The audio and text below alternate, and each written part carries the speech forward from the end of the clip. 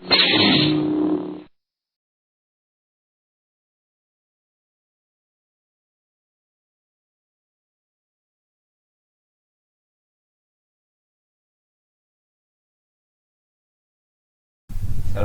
warahmatullahi wabarakatuh, dan selamat sejahtera kepada semua yang menonton channel Cikgu Bas TV. Pada kali ini saya akan cuba untuk kongsikan kepada semua yang sedang menonton tentang tutorial macam mana kita nak meletakkan simbol-simbol Arab menggunakan perisian Microsoft Word. Okey, dalam perisian ini, Microsoft Word ini nanti kita boleh letakkan simbol-simbol sebagaimana yang dilihat dalam paparan ini. Ini beberapa contoh lah ya. Contohnya sallallahu alaihi wasallam, subhanahu wa ta'ala, Allahu akbar, tabarakallahu wa ta'ala, radhiyallahu anhum dan sebagainya. Okey, dan simbol-simbol ini bila digunakan dalam penulisan-penulisan seperti buku-buku agama lah, kebiasaannya dia akan nampak lebih kemas ya, berbanding kita tulis dengan huruf satu persatu. Yang ni dia tulis dalam bentuk khat ataupun kaligrafi ya. Okey, so jom kita mulakan sekarang. Baik, yang pertama sekali kita kena buka terlebih dahulu Microsoft Word. Okey, file Microsoft Word. Kemudian sebagaimana yang penonton semua lihat dalam paparan ini, saya ada nyatakan nama font yang akan kita gunakan dalam penulisan kita ni nanti untuk kita dapatkan simbol tersebut lah. Okey, contohnya dekat sini nama bagi font tersebut adalah KFGQPC Arabic Symbol. Okey, jadi nanti penonton semua nanti boleh masukkan ataupun search di Google font ini.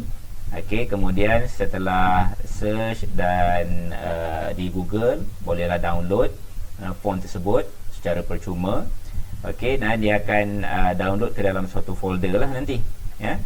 Klik folder yang kita download font ini nanti. Okey, dan seterusnya nanti macam mana kita nak install di dalam sistem Microsoft Word ni sendiri. Okey, kita boleh type di sini font. Okey, klikkan pada font settings dan buka folder yang mengandungi font baru yang kita download tadi ya. Dan penonton semua boleh drag ya, drag ke dalam kotak yang ni ya, petak yang di bahagian atas ni nanti, dan selesailah installation kita untuk font tersebut. Okey, baik. Dalam Microsoft Word ini, kalau perhatikan pada bahagian di atas ni ya, kita di bahagian sudut kiri ni ada button insert. Okey, kita akan gunakan button insert ini untuk mencari button simbol. Okey, button simbol ini nanti kita akan klik more symbols, dan kita carilah ya, apakah font yang dah kita download tadi ya, sebagaimana kod yang saya dah nyatakan tadi. Okey, so dekat sini dia keluar untuk yang inilah, sebab saya memang dah pilih simbol ni tadi, jadi dia dah automatic keluar kat sini. Okey, kalau perhatikan dekat sini terdapat banyak pilihan ya, pelbagai pilihan untuk simbol-simbol yang boleh kita gunakan dalam penulisan kita. Okey, cumanya bila kita nak pilih macam ni, simbol pula dia adalah dalam bentuk khat ya, ataupun kaligrafi. Jadi mungkin agak susah kita nak lihat yang mana yang bersesuaian sebab dia terlalu kecil.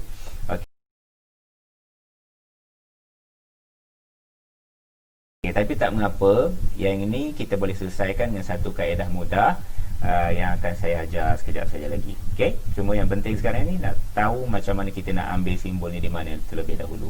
Okey. Okey, untuk kita nak memudahkan tugasan kita, okey, penonton semua boleh klik pada file dan buatkan satu dokumen yang baru ya. Buat satu dokumen yang baru macam ni. Okey, dan pada dokumen yang baru ni nanti kita akan gunakan konsep yang sama tadi. Kita pergi kepada insert, ambil simbol, more simbol. Okey, dan seterusnya kita akan pilih ya yang mana yang kita nak, okey, daripada koleksi simbol yang dibagi ni. Okey, sekarang ni masalah kita adalah kita tak tahu nak pilih yang mana satu. Okey, ikut kesesuaian kepada kalimah yang kita nak gunakan nanti. Okey, jadi cara dia senang sahaja, klik setiap satu persatu simbol yang ada di sini. Okey, contohnya kata saya tunjukkan beberapa contoh. Okey, yang ni saya masukkan, yang ni pun saya pilih.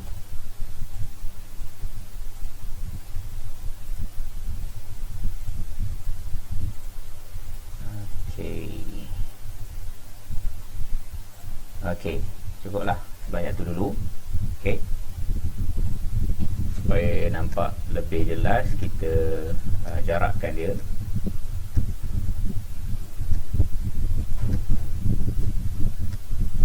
Okey, kalau perhatikan dekat sini, font ni saya bukan besarkan di bahagian saiz ni saiz yang di atas ni, tak. Yang ni dia masih lagi dalam saiz 11. Dia nampak besar macam ni sebab pada bahagian bawah ni ya, skrin ni saya besarkan ya, jadi kita nampak lebih jelas lah. Jadi untuk lebih selamat, tak perlu kita besarkan saiz font ini ya, pada dia punya saiz dekat bahagian atas ni. Kita kekalkan dengan saiz yang asal, supaya nanti dia tally dengan saiz font yang kita gunakan dalam huruf Rumi ya. Contohnya macam mana nanti? Okey, katalah saya balik semula kepada yang sini tadi. Okey, saya tunjukkan salah satu contohnya. Kita nak tulis Allah. Okey, Allah, biasa padanan untuk kalimah Allah ini adalah Subhanahu wa ta'ala contohnya. Okey, jadi tuan-tuan tak perlu lagi nak type Subhanahu wa ta'ala macam ni. Okey, yang ni panjang. Okey, dan juga dia nampak kurang kemas lah. Okey, jadi kita gunakan simbol ni supaya dia nampak lebih kemas. Jadi kalau nak pilih Allah Subhanahu wa ta'ala, kita kembali semula kepada simbol yang kita buat pada file yang dokumen yang baru tadi. Kita pilihlah mana dia, Allah Subhanahu wa ta'ala. Okey, yang ini Subhanahu wa ta'ala. Okey, jadi kita copy dan seterusnya kita just pastekan sahaja di sini. So kita dah dapat tulisan kalimah Allah Subhanahu wa ta'ala. Okay, jadi terpulang kepada masing-masing. Kalau kalimah Allah ni pun kita nak tulis dalam bahasa Arab pun boleh, boleh search ya, di dalam simbol tu sendiri nanti. Okey, atau contoh yang lain, kita nak tulis Muhammad, Nabi Muhammad sallallahu alaihi wasallam. Kalau dalam Rumi mungkin panjang, sallallahu alaihi wasallam. Okey, panjang ya. Jadi mungkin dan kelihatan juga kurang kemas ya. Jadi dengan adanya simbol nanti tulisan kita akan lebih kemas. Okey, jadi kita gantikan dengan sallallahu alaihi wasallam dalam kalimah Arab. Jadi sallallahu alaihi wasallam yang ini. Pilih dan kita pastekan. Okey, so dia jadi Nabi Muhammad sallallahu alaihi wasallam. Okey, seterusnya contoh yang lain. Kalau melibatkan para sahabat kita panggil radhiyallahu anhum kalau ramai. So para sahabat radhiyallahu anhum. Jadi kita pilih pada pilihan yang tadi. Okey, radhiyallahu anhum ni yang ni. Okey, copy dan kita pastekan di sini. Okey, so, para sahabat radhiyallahu anhum. Okey, jadi memang sangat sesuai penggunaan simbol ini untuk kita gunakan dalam penulisan, terutamanya buku-buku agama ya. Mungkin ada yang nak buat tesis, okey, ataupun nak buat artikel, nak membuat apa ni, sebarang penulisan ya, yang kita gunakan. Mungkin kalau yang cikgu gunakan di peringkat sekolah, ataupun mungkin student nak gunakan untuk buat thesis dan sebagainya, assignment dan sebagainya.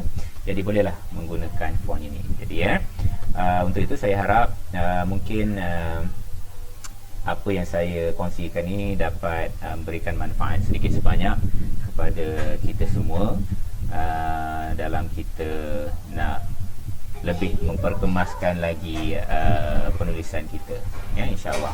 Jadi sekadar itu saja dulu yang dapat saya kongsikan untuk kali ini. Bertemu lagi pada video yang lain, insyaAllah. Assalamualaikum dan selamat sejahtera.